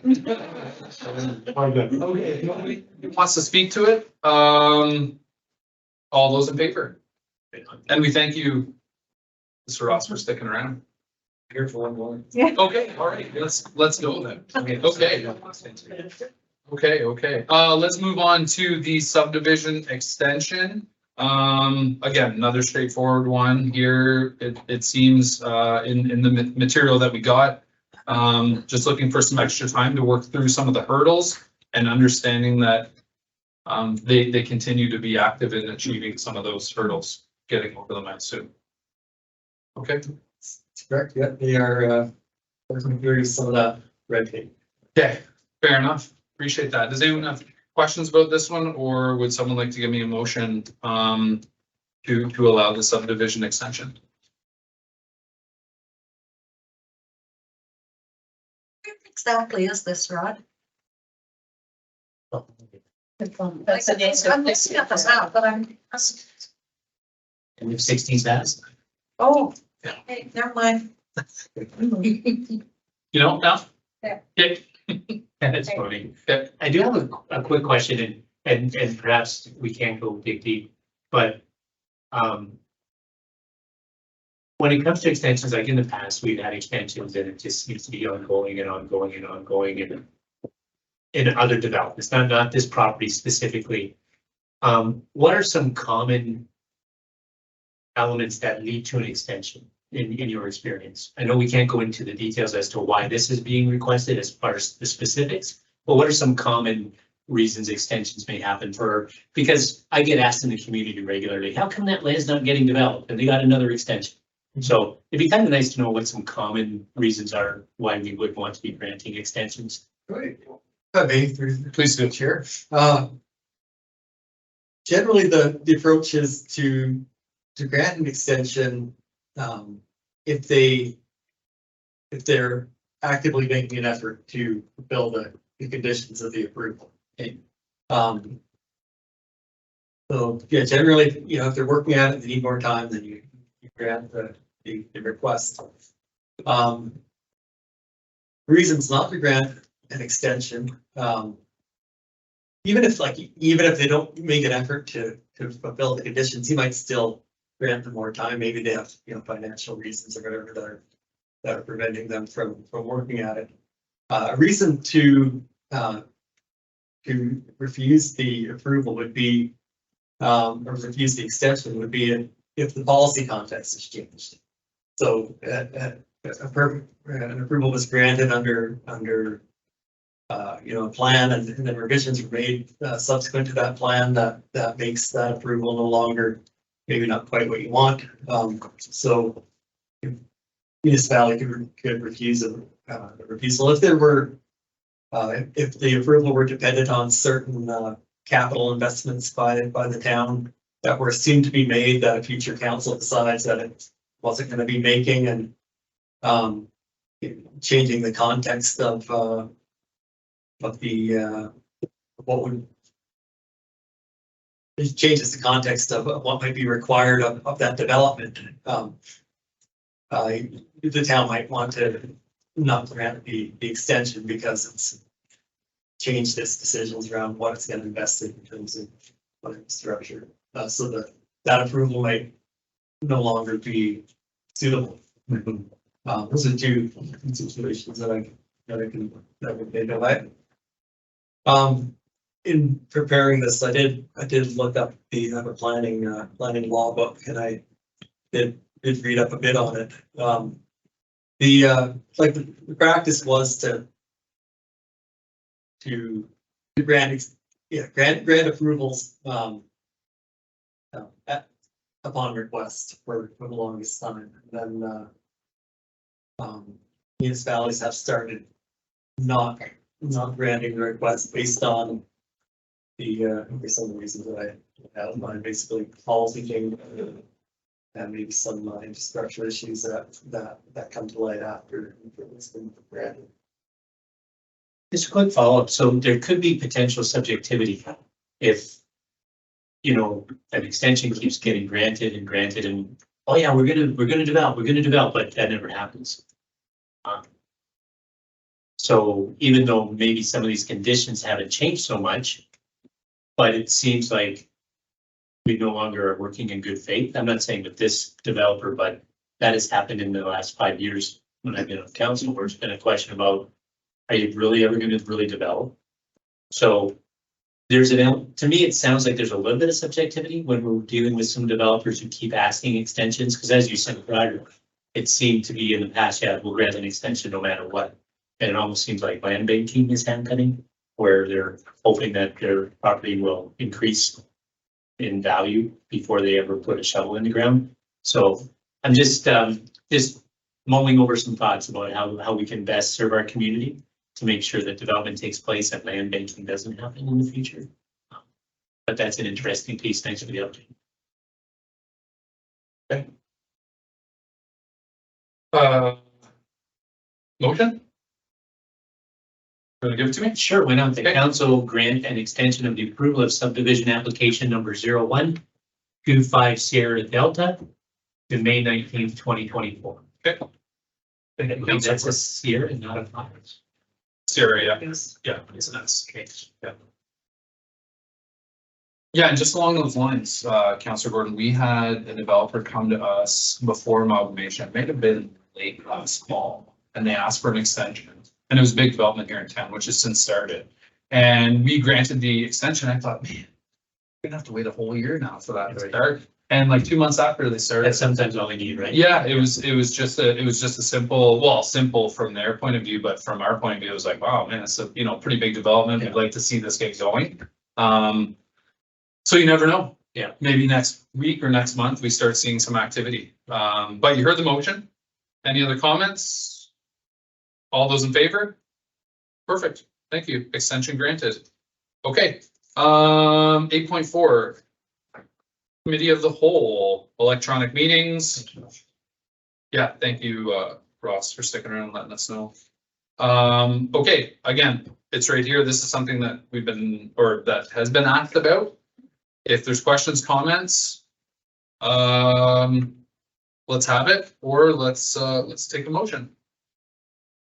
Up to you, Councillor Martin. Personally, myself, I do like to see that the meetings are recorded, just so that it is showing transparency. Our council and our committee of the whole meetings. Thank you. You follow up? Yeah, I agree that the committee of the whole meetings are supposed to be more, like, nobody wants to sit through a committee of the whole meeting. Sometimes they can be 7 or 8 hours long, or feels like it, and you're just going over bylaws and having those open discussions. And I mean, I guess if you want to sit as a member of the public and sit and listen to it, it's okay. But I'm also okay of providing electronic access only required for the attendance of an appointed member. So I'm probably more in favor of the second recommendation. I could get behind the second one too. Yeah, I think so. It's fine with me. Okay. Well, if someone wants to put a motion on the table and we can talk about it, would you like to put the next one down? Chair, the council direct administration to schedule future council committee of the whole meetings providing electronic access only if required for the attendance of an appointed member, and further direct that future meetings will not be recorded. Okay. Comments? Yeah. I actually support that motion as well, primarily because committee of the whole, we're not making resolutions, we're discussing. And when items are then ready for resolution status, that comes to the council meeting, which are recorded. And we can always give some feedback about the background picture and provide a little bit more full context. Yeah. So I love this motion. I think it's the right way to go. Yeah. And when we look at all the other committees, we don't record MPC, EDA, or economic development. We don't record any of those. And what happens? They come to council, we talk about it precisely, and we move forward. Yeah. So just for the public's information as well, is that this is a staff burden. Yeah. So, asking staff to record, edit, publish, make sure that we have everything, ABC, that adds to our staff as well. So I think in terms of reduction, staff time, this is also the way to move forward. Number 2, Councilor Martin. This is just a comment for what you're saying. Is if we were to move to the former Turner Valley chamber with the cameras and everything, is it just as easy to access the recording there as opposed to here? I don't know the answer to that because I have not yet been trained on that. Would you like a quick update on that system? Would that help this conversation? Wonderful. I can give you what very little I have. So we are having the conversation with iCompass, and I am awaiting the appointment of an implementation specialist. Apparently there are only 2 or 3 in Canada, so I told them I wanted to have this done by June 1st. I think we're not gonna make that deadline. So as soon as we can get one, we'll get one, and we'll get that underway as quickly as we can. We're going to do some training.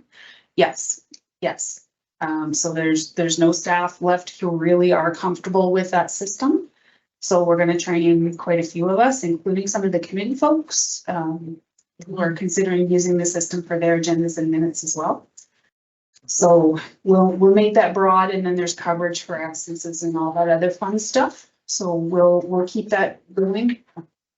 Lots of emails flying, so we'll keep that going as quickly as we can, and we'll get that all moved.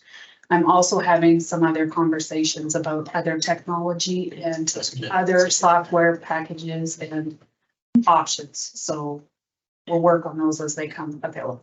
Yeah. Very much for Quick follow-up on that. Thank you for mentioning that. If there's only a handful of implementation specialists with iCompass, that could create issues for when we need to troubleshoot something and really put out timeframes involved. So using that live streaming, I mean, from that perspective, I mean, that's a bit of a red flag to me to hear that there's only a couple of across Canada. If I could, that's different from tech support. So tech support is available far more than that. There are people on phone. I'm not sure what their hours are. I haven't had to call them in a while, but I know there are more available. The implementation specialists are for the special projects, like merging our 2 platforms into one and then moving that to the other site and then the training and everything. So there's a bit more work involved in this than just tech support. Yes. I don't disagree. I was a little. That's a fight. I was a little about faced by that, so. Just trying to get it up and running, and then we'll be looking at more things, new things. I'm talking to a couple of other municipalities that do different ways of recording their meetings and have recently completed new tech setups in their room. So I'm poking my nose around to see how those things look and how they work. Oh, that's awesome. Thank you. Thank you. Thanks, Brenda. You're welcome. Okay, motion on the floor. Number 2, all those in favor? Okay, and all those opposed? Okay, 3-2, motion carries.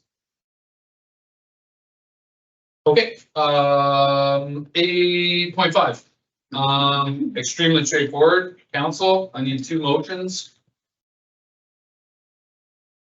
Everything's right there, 1 pager. Councillor Martin. I can give you the first motion. Please, sir. That council regretfully accept the resignation of Keely Sullivan from her youth representative position on the FCSF board, and request administration to send a letter thanking her for her service to the community, pardon me. And the committee. And to the community. Yeah, good. Like she was on the board for 2 years.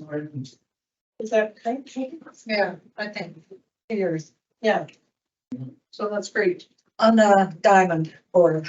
Yeah. Well, we thank her for her time. Yeah. And well said. All those in favor? Okay, and I'll take number 2. Councillor Thompson. The council regretfully accept the resignation of Bonita Belton from her member-at-large position on FCSS board and request administration to send a letter thanking her for her service to the community. And thank you, Bonnie. I'm sorry, I'm late asking this. Do you have another youth representative for FCSS? No? Okay, through the deputy mayor.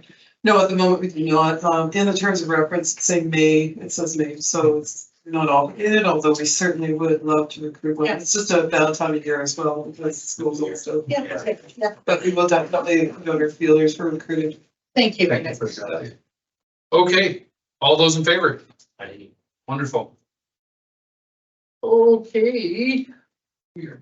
8.6, tax sale, public auction, everything is there. If you have questions for CEO Middleton, Councillor Martin. How many properties are on the tax arrears list? To address your question through the chair, I'm not sure. I could get that information back, but I'm not sure how many are on the tax years list at this moment in time.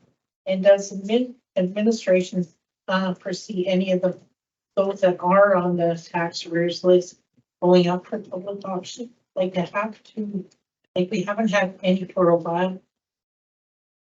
Well, to address your questions through Deputy Mayor, every year we kind of maybe have like one, we have on in the Turner Valley side anyway, and then generally what happens is when it gets to this stage and it starts to become going down that path, the resident will usually come forward and make some sort of arrangement so that it doesn't go to tax sale, which obviously we don't want these to go to tax sale.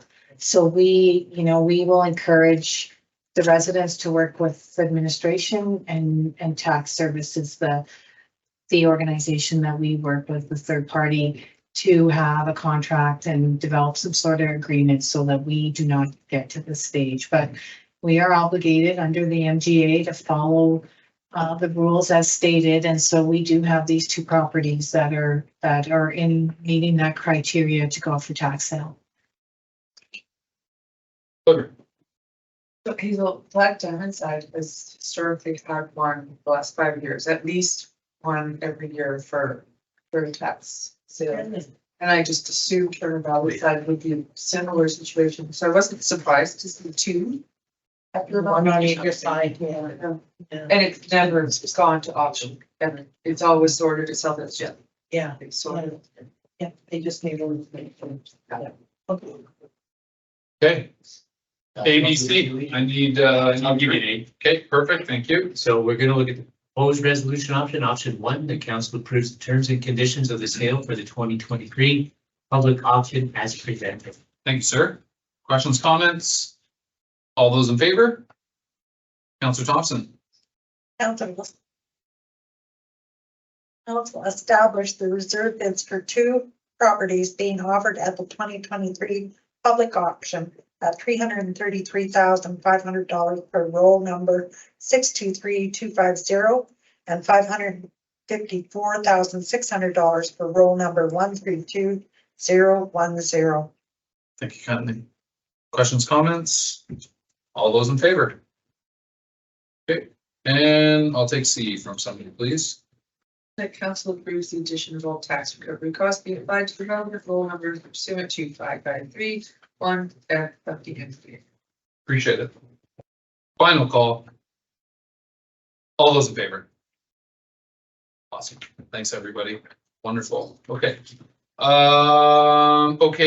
8.7. You read it? I hope you read it.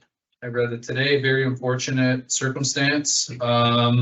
Any questions and comments, council? Otherwise, we'll move forward with a motion. This is not our first, go ahead. And through the chair to the CAO. It appears that they were in arrears prior to this request by a few months. To answer your question through the chair, yes, this, there's been some issues with this particular utility bill for quite some time. That's what I was reading, so. Okay, yeah. Okay. That answers my question. Thank you. Thank you, Councilor Gordon. Is there, if I may ask admin through the chair, is there an option similar to the tax arrears where a payment plan can be set up to get them current on their bill? Do we have that option? To address your question, we would absolutely work with the resident to develop a kind of payment plan suitable that would meet their requirements. And that would be my motion.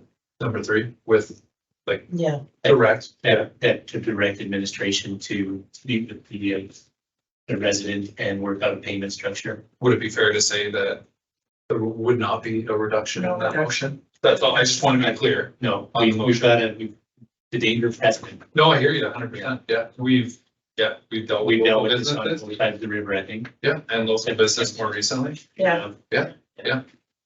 Okay, so the motion on the table is to direct administration to work with the residents to establish a payment plan.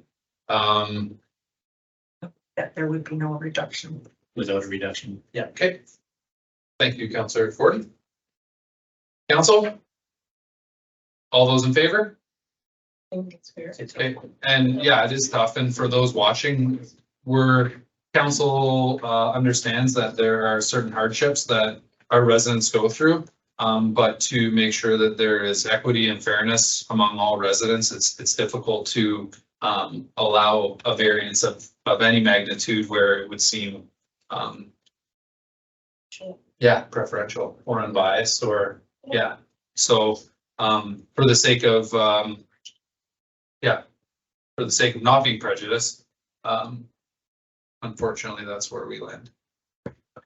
Okay, 8.8, library board. Again, it's here. She sure does. Hazel, you want to speak to it before we, or maybe even speak to it and throw us a motion? If you'd like. To speak to it, Deputy Mayor, Kelly and I sit both on the library board. And we've just had some new members come on, John Waring and Shay Ford. And so we're gonna be staggering their appointments for now. Mm-hmm. And then come October, I believe, is when they will be renewed. They'll get another 3 years. Yeah, so in effect, they'll probably end up with posting, well, they end up 6 possibly. Mhm. It's a 10-member board. It's a very good working board.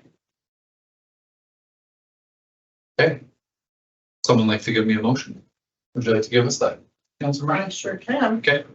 That council amend the expiry date set out in council resolution number 23-04-19-23, so that the affected library board members are appointed as follows,